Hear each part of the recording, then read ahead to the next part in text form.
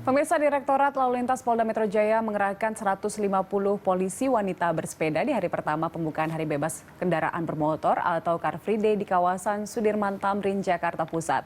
Polwan bersepeda untuk mengawasi para pesepeda yang berolahraga agar menaati aturan PSBB transisi.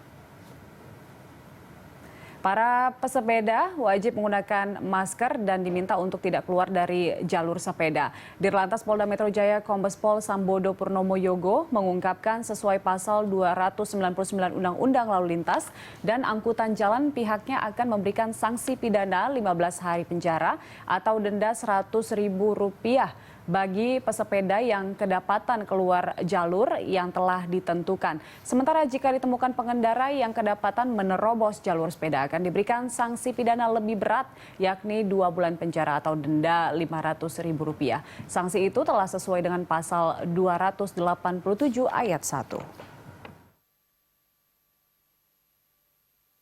Sepeda motor, mobil yang masuk ke jalur sepeda itu ada pasalnya, pelanggarannya pasal 287 ayat 1, yaitu pelanggaran tentang rambu dan marka. Demikian juga sebaliknya, di jalan-jalan yang ada jalur sepedanya tetapi kemudian para pesepeda itu tidak menggunakan jalur tersebut, itu juga ada, itu pasal 299 ayat 1. Jadi berimbang, walaupun tentu saja ancaman hukumannya lebih besar yang 287 ayat 1. Artinya itu denda Rp500.000 atau kurungan 2 bulan bagi kendaraan yang masuk ke jalur sepeda. Tapi kalau ada sepeda yang tidak masuk jalurnya, itu 15 hari dendanya Rp100.000. Jadi memang lebih besar yang menyerobot jalur sepeda. Memang ketentuannya memang harus di jalur sepeda ya, supaya juga tertib. Sehingga juga itu kan buat keamanan kita sendiri kan, dengan kita mentaati peraturan yang sudah dibuat oleh pemerintah, sehingga juga keamanan kita nyaman, pengendara yang lain pun akan juga merasa juga nyaman gitu. Jadi kita memang perlu kedisiplinan dari masing-masing individu itu sendiri, Mas, gitu. Ya, itu dia. Ada beberapa sanksi yang diterapkan bagi para pelanggar, baik itu pesepeda yang pindah ke jalur biasa maupun sebaliknya. Kita ke Pak Rudi Saptari, yaitu Kepala Bidang Lalu Lintas Dinas Perhubungan DKI Jakarta. Pak Rudi, jadi sejauh ini penegakan hukum di lapangan seperti apa? Untuk program pop-up bike lane ini kita sebutkan bahwa ini adalah lajur sepeda sementara. Jadi dalam beberapa waktu ke depan kita akan melakukan kajian apakah nanti pop-up bike lane ini akan ditingkatkan menjadi lajur sepeda tetap, ataupun nanti mungkin pada ruas-ruas ataupun segmen jalan yang ada di sepanjang Sudirman Tamrin itu akan ada beberapa bagian lajur sepeda yang akan kita tempatkan di trotoar. Jadi prinsipnya seperti itu, bahwa kita akan melakukan kajian dengan volume yang ada sekarang, dan itu akan sebagai langkah kita untuk menerapkan kebijakan lebih lanjut terkait dengan lajur sepeda sementara ini. Ya, dari petugas yang bertugas di lapangan, Pak, melihat para pelanggar apakah banyak atau sejauh ini tertib-tertib saja?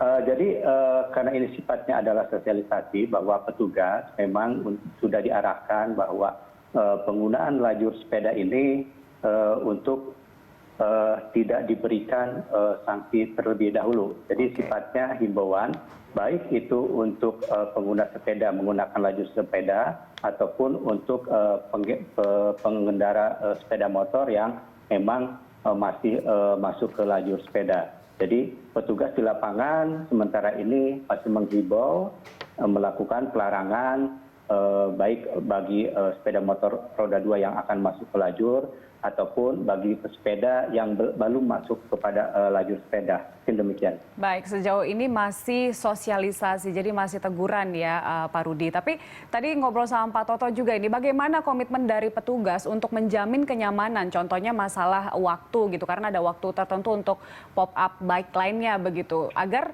pesepeda juga nggak kaget gitu tiba-tiba dibuka begitu pembatasnya. Betul. Sebenarnya untuk lajur sepeda ini di Jakarta ini sudah ada 63 km yang terdiri dari fase 1, 2, dan 3. Pada fase tersebut memang sudah disiapkan marka, kemudian rambu, dan penegakan aturan yang di situ.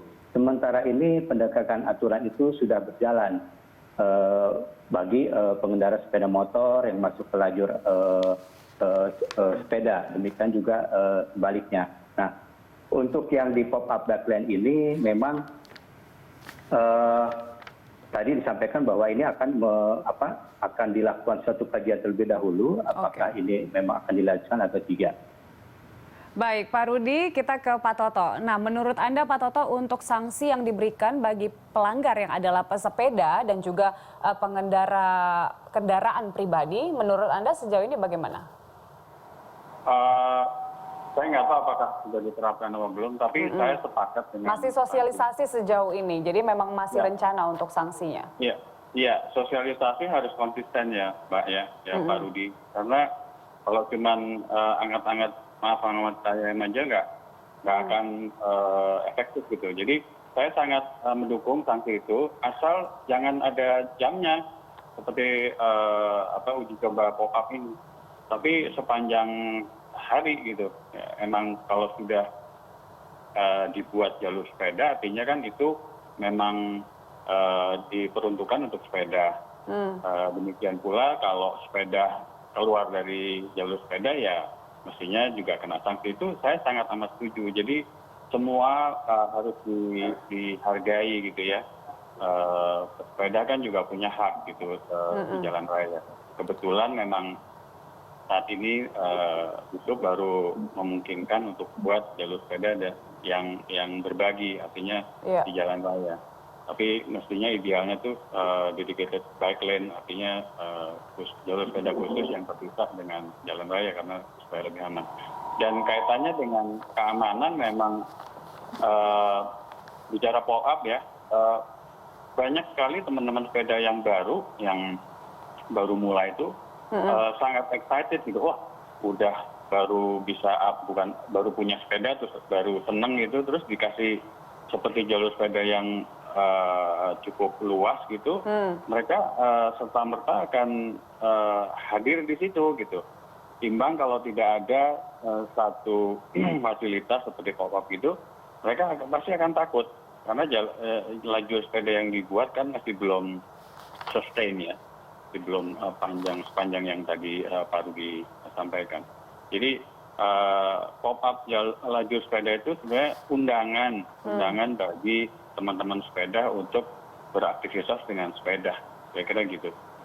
Jadi bisa dibilang meskipun ada ketakutan, sebenarnya ini menjadi satu motivasi atau undangan ya setidaknya kepada masyarakat yang nggak pernah mencoba olahraga sepeda, tapi jadinya berani untuk sepeda di beberapa jalur begitu ya. Tapi untuk rambu-rambu Pak Toto, menurut Anda masih kurang nggak? Karena kan seperti dari Sudirman ke perbatasan dari Sudirman kemudian perempatan lewat Semanggi. Nah itu kan kita ngelewatin jalan raya tuh, membelah begitu kan. Itu bahaya juga kan Pak Toto, gimana? Tanpa rambu-rambu lagi di sana. Iya, rambu-rambu itu sebenarnya mutlak ya, Mbak. Jadi sebenarnya rambu-rambu itu sebagai informasi kepada pesepeda, khususnya juga kepada kendaraan bermotor lainnya. Saya ambil contoh seperti di Jogja. Di Jogja itu memang ada jalur sepeda dan tidak sustain seperti yang ideal lah. Tapi pada saat lajur sepeda itu putus, maka ada rambu-rambu sepeda belok ke kiri lewat sini gitu. Jadi ada apa namanya keberpihakan, kalau istilah Bang Anies itu keberpihakan yang berlanjut gitu loh. Kalau memang pesepeda diberikan fasilitas ya, walaupun belum dimungkinkan untuk sustain, paling tidak ada rambu yang menginformasikan bahwa oh saya harus lewat mana nih kalau udah selesai lajur yang dibuat, dia kasih belok kiri atau belok kanan. Jadi rambu-rambu itu mutlak perlu ada untuk keamanan, terutama untuk sepeda maupun kendaraan bermotor. Oke, kita harapkan rambu-rambu diperbanyak ya. Tapi kita akan dengar nanti jawabannya dari Pak Rudi. Dan kita masih akan lanjutkan usai jeda ya Pak Toto. Pemirsa tetaplah bersama kami di Langstok, kami masih akan kembali usai jeda berikut.